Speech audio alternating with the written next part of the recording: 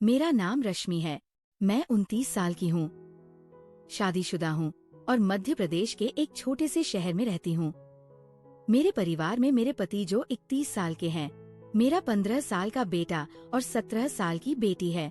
मेरे पति एक नौकरी पेशा इंसान है, लेकिन पिछले 5 साल से उन्हें दमा है। इस वजह से जरा सा भी शारीरिक काम करने पर उनकी सांसें उखड़ने लगती है। मैं, जैसा कि लोग कहते हैं, अभी भी काफी आकर्षक दिखती हूँ। मेरे दोस्त और रिश्तेदार अक्सर मेरी तुलना जया प्रदा से करते हैं और मैं इस तारीफ पर थोड़ा खुश भी हूँ। बात उस दिन की है जब मैं अपने मायके अपने चाचा की बेटी की शादी में बच्चों के साथ गई थी। मायका मेरा हमेशा से प्यारा रहा है। शादी की तैयारियों में घर में खूब चहल पहल थी। मेहमानों की भीड़ थी और घर में हर कोना गुलजार था। शादी से एक दिन पहले मुझे नहाने के लिए बाथरूम की जरूरत थी, लेकिन नीचे के सारे बाथरूम भरे हुए थे। मजबूरन मुझे छत पर बने बाथरूम में जाना पड़ा। वहां पहुंचकर मैंने देखा कि बाथरूम का दरवाजा अंदर से बंद है। मैंने पूछा, कौन है अंदर? जवाब आया, दीदी मैं हूँ अजय, बस 2 मिनट। अजय मेरा चचेरा भाई है, मेरे चाचा का बेटा, 25 साल का जवान लड़का जो नौकरी करता है। कुछ देर बाद अजय ने दरवाजा खोला। वो तौलिया लपेटे हुए था और उसके कपड़े उसके हाथ में थे। जैसे ही वो बाहर निकला, उसका पैर फिसला और वो धड़ाम से गिर पड़ा। गिरते ही उसका तौलिया ऊपर उठ गया। मैंने एक पल के लिए कुछ ऐसा देख लिया जो मेरे दिमाग में अटक गया। मैं जल्दी से नहाने के लिए बाथरूम में घुस गई, लेकिन मेरा मन उथल पुथल में था। नहाकर बाहर आई तो मैंने अजय को नीचे देखा। वह बिल्कुल सामान्य व्यवहार कर रहा था, जैसे कुछ हुआ ही ना हो। लेकिन मेरे मन में कुछ बदल चुका था। मैं बार बार अजय के पास जाने की कोशिश करने लगी। उसका ध्यान अपनी ओर खींचने के लिए मैं उसके आसपास रहती, उसे छूने का बहाना ढूंढती। लेकिन अजय को शायद कुछ समझ ही नहीं आया। उसकी सादगी और अनजान मुझे और बेचैन कर रहा था। मैं उस पल को भूल नहीं पा रही थी। शादी बड़े धूमधाम से हो गई। 2 दिन बाद घर के बड़े लोग चाचा की बेटी को पहली बार उसकी ससुराल छोड़ने गए। घर में अब कुछ मेहमान, महिलाएं, मेरे बच्चे और अजय ही बचे थे। शादी की भागदौड़ के बाद अब घर में थोड़ी शांति थी। शाम के 8 बजे खाना खा लिया था। मेरी बेटी और बाकी महिलाएं एक कमरे में सोने की तैयारी कर रही थी। मुझे और मेरी बेटी को भी उसी कमरे में सोना था। मेरा बेटा दूसरे कमरे में पलंग पर लेटा टीवी देख रहा था। वह वही सोता है। अजय खाना खाकर बाहर घूमने चला गया था। मैं अपने बेटे के पास गई और उसके बिस्तर पर आधा लेटकर टीवी देखने लगी। रात के 9 बजे अजय वापस आया। मुझे देखकर वह मुस्कुराया और बोला, क्या देख रही हो दीदी? मैंने कहा, कहानी घर घर की, आ तू भी देख ले। वो बोला, बस अभी आता हूँ दीदी, और अपने कमरे में कपड़े बदलने चला गया। कुछ देर बाद वो वापस आया और मेरे बेटे के बगल में लेटकर टीवी देखने लगा। मेरे दिल की धड़कनें तेज हो गई। अजय के पास होने से मेरे मन में एक अजीब सी हलचल होने लगी थी। रात के 10 बज रहे थे। मेरा बेटा बोला, मम्मी ये लाइट बंद कर दो, मुझे नींद आ रही है। तुम्हारा ये सास बहू का ड्रामा बहुत देर तक चलेगा। मैं जानता हूँ तुम पूरा देखकर ही सोओगी। ये सुनकर मुझे हंसी आ गई और अजय भी हंसने लगा।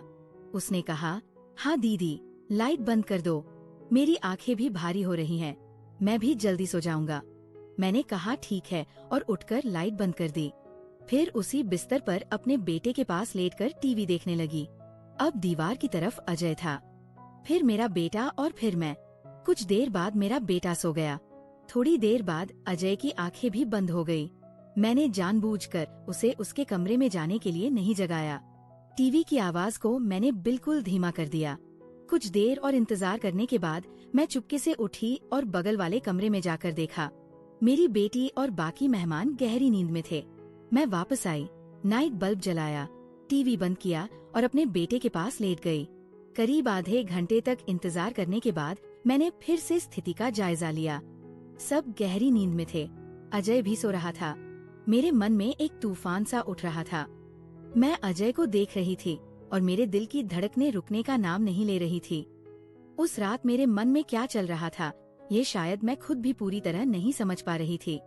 लेकिन उस पल में मेरे अंदर की चाहत मुझे कुछ और ही सोचने पर मजबूर कर रही थी। उस रात जब घर में सन्नाटा पसरा था और नाइट बल्ब की हल्की रोशनी कमरे को एक रहस्यमयी सा माहौल दे रही थी, मेरा मन बेकाबू हो रहा था। अजय गहरी नींद में था। उसकी सांसें एक समान चल रही थी। मेरा बेटा भी पास में सो रहा था और बगल के कमरे में मेरी बेटी और बाकी मेहमान भी नींद के आगोश में थे। मैं बिस्तर पर लेटी थी, लेकिन नींद मेरी आंखों से कोसों दूर थी। अजय का चेहरा, उसकी वह मासूमियत और वह अनजाना पल जो मैंने बाथरूम के बाहर देखा था, मेरे दिमाग में बार बार घूम रहा था। मैंने धीरे से करवट बदली और अजय की तरफ देखा। उसका चेहरा नाइट बल्ब की रोशनी में हल्का हल्का चमक रहा था। मेरे मन में एक अजीब सी बेचैनी थी। मैं जानती थी कि जो मैं सोच रही हूँ वो गलत है। मैं एक शादीशुदा औरत हूँ, 2 बच्चों की माँ हूँ और अजय मेरा चचेरा भाई है। लेकिन उस पल में मेरे दिल और दिमाग के बीच एक जंग छिड़ी हुई थी। मेरी चाहत मुझे कुछ करने के लिए उकसा रही थी और मेरा विवेक मुझे रोक रहा था। मैंने धीरे से अपनी जगह से उठने की कोशिश की, लेकिन मेरा बेटा हल्का सा हिला। मैं रुक गई। डर के मारे मेरी सांस थमसी गई। कुछ पल रुककर जब मुझे यकीन हो गया कि वह फिर से गहरी नींद में है, मैंने हिम्मत जुटाई और धीरे से बिस्तर से उठी। मेरे कदम कांप रहे थे, लेकिन मैंने खुद को संभाला और अजय के पास गई। वो अभी भी गहरी नींद में था। मैंने एक बार फिर चारों तरफ नजर दौड़ाई, ये सुनिश्चित करने के लिए कि कोई जाग तो नहीं रहा। सब कुछ शांत था। मैं अजय के बगल में बैठ गई। मेरे हाथ कांप रहे थे। मैंने धीरे से उसका कंधा छुआ, जैसे उसे हल्का सा हिलाकर देखना चाहती थी, लेकिन वो नहीं जागा। मेरे मन में एक तूफान सा उठ रहा था। मैंने खुद से कहा, रश्मि तू क्या कर रही है? ये गलत है। लेकिन मेरे शरीर ने मेरे दिमाग की बात नहीं मानी। मैंने धीरे से उसका हाथ पकड़ा। उसका हाथ गर्म था और मेरे स्पर्श से वो हल्का सा हिला। उसकी आंखें खुली और वह थोड़ा चौंक सा गया। दीदी, उसने धीमी आवाज में कहा, जैसे नींद में ही हो। शब्द कुछ मत बोल, मैंने फुसफुसाते हुए कहा। मेरी आवाज में एक अजीब सी कशिश थी जो शायद मुझे भी नहीं पता थी कि कहाँ से आई। अजय ने आंखें मलते हुए मुझे देखा। क्या हुआ दीदी? सब ठीक है? उसने पूछा। उसकी आवाज में मासूमियत थी। मैं कुछ पल के लिए चुप रही। मेरे मन में सैकड़ों बातें एक साथ दौड़ रही थी।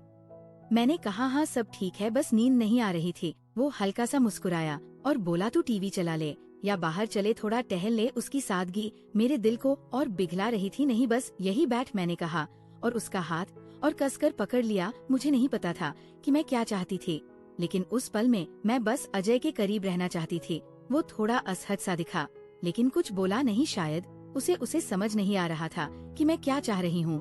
मैंने धीरे से उसका चेहरा अपनी तरफ किया और उसकी आंखों में देखा। उसकी आंखों में एक सवाल था, लेकिन वो चुप रहा। मेरे दिल की धड़कनें इतनी तेज थी कि मुझे लग रहा था कि वह भी उन्हें सुन लेगा। अजय, मैंने धीमी आवाज में कहा, तू बहुत अच्छा है। वो हल्का सा हंसा और बोला, दीदी आप भी तो अच्छी है, लेकिन इतनी रात को ये सब बातें क्यों? मैंने जवाब नहीं दिया। मेरे पास कोई जवाब था भी नहीं। मैंने बस उसका हाथ और कसकर पकड़ा और धीरे से उसके करीब सरक गई। उसने एक बार फिर मेरी तरफ देखा। इस बार उसकी आंखों में थोड़ा डर और थोड़ा आश्चर्य था। दीदी, ये ठीक नहीं है, उसने धीरे से कहा और उसने अपना हाथ छुड़ाने की कोशिश की। उसके शब्द मेरे लिए एक झटके की तरह थे। मैं एकदम से रुक गई। मेरे चेहरे पर शर्मिंदगी की और डर दोनों छा गए। मुझे माफ कर दे अजय, मैंने हड़बड़ाते हुए कहा। मुझे नहीं पता मैं क्या कर रही थी। अजय ने कुछ नहीं कहा। वो बस चुपचाप उठा और अपने कमरे की तरफ चला गया। मैं वहीं बिस्तर पर बैठी रही। मेरे आंसू रुकने का नाम नहीं ले रहे थे। मैंने खुद को कोसना शुरू कर दिया। रश्मि, तूने ये क्या कर दिया? तूने सब कुछ दाव पर लगा दिया। उस रात मैं सो नहीं पाई। सुबह होने तक मैं अपने विचारों में उलझ ही रही।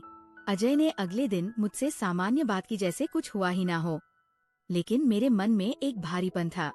मैं जानती थी कि मैंने एक गलती कर दी थी और अब मुझे उसका बोझ हमेशा ढोना पड़ेगा। दोस्तों, कैसी लगी आज की कहानी? कमेंट करके अपनी राय जरूर लिखें। नमस्कार और हमारा चैनल को सब्सक्राइब करें। धन्यवाद दोस्तों।